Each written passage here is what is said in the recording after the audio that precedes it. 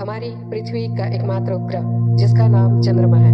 क्या आप जानते हैं कि हमारी पृथ्वी के इस उपग्रह का निर्माण कैसे हुआ और पृथ्वी से चांद तक जाने में कितना समय लगता है तथा इसकी कुल दूरी कितना है?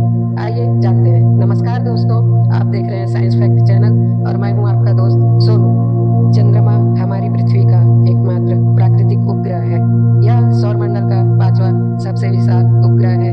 इसका आकार क्रिकेट बॉल की तरह गोल है और यह खुद नहीं चमकता बल्कि यह सूर्य के प्रकाश से प्रकाशित होता है।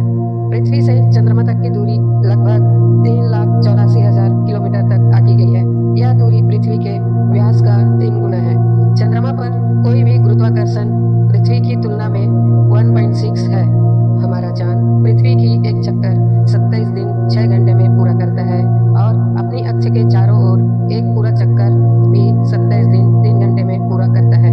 यही कारण है कि हमें चंद्रमा का हमेशा एक ही हिस्सा पृथ्वी से दिखाई देता है और पृथ्वी की ओर होता है। हमारी धरती पर समुद्री ज्वार भाटा चंद्रमा की इसी गुरुत्वाकर्षण के कारण ही आता है। तो इसके निर्माण की बात करें तो आज से लगभग 4.5 अरब साल पहले मंगल ग्रह के आकार का एक पिंड जिसका नाम थिया दिया गया, वह हमारी पृथ्वी से टकराया।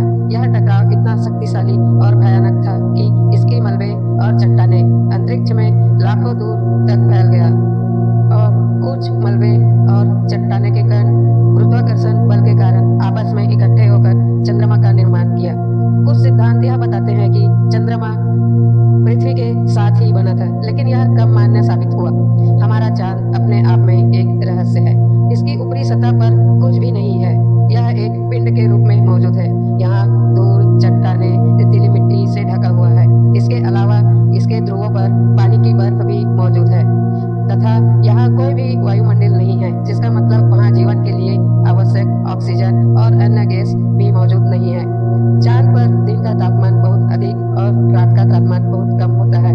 दोस्तों, अगर हम पृथ्वी से अंतरिक्ष यान द्वारा चंद्रमा तक जाएंगे तो हमें वहां पहुंचने में लगभग 3 दिन का समय लगेगा।